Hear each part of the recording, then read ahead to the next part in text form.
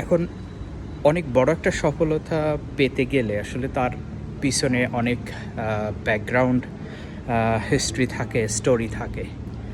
সেই স্টোরি অনেকে পছন্দ করে, অনেকে আসলে অপছন্দ করে।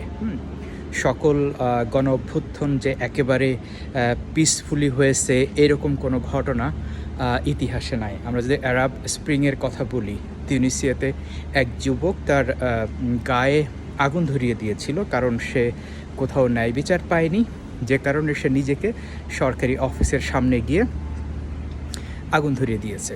এবং সেই আগুন ধরাটা এমনভাবে ধরলো যেন পুরো তিউনিসিয়ান বাসীর গায়ে আগুন ধরলো। সবাই আসলে রাস্তায় নেমে আসলো এবং তখন বেন আলী তথাকথিত তখনকার সবচেয়ে অটোক্রেটিক এবং তখনকার মানে দুঃশাসক, তাকে আসলে প্রতিহত করলো।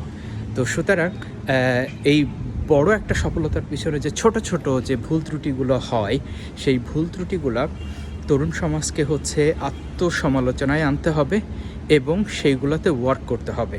সেইগুলোতে যদি ওয়ার্ক করে এবং ভুল থেকে যদি শিক্ষা নেয়, তাহলে কোনো অপশক্তি এদেরকে দমাতে পারবে না।